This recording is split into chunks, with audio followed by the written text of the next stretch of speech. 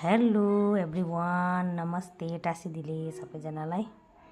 अनि तपाईँहरू सबैजना सन्चै हुनुहुन्छ होला। म पनि एकदम सन्चै छु। अनि म चाहिँ एकछिन माथितिर ग्राउन्डमा घुम्नु गएको थिएँ, यसो टाइम पास गर्नुलाई, घाम ताप्नुको लागि। अनि यहाँ यसो टाइम पास गरेको।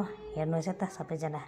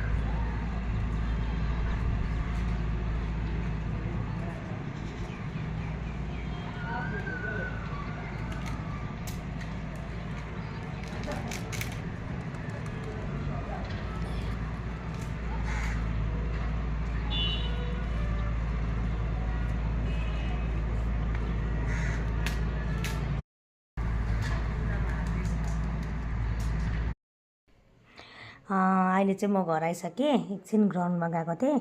घर आइसकेर यहाँ बसिरहेको छु। अब चिया बनाएर खानु आँटेको।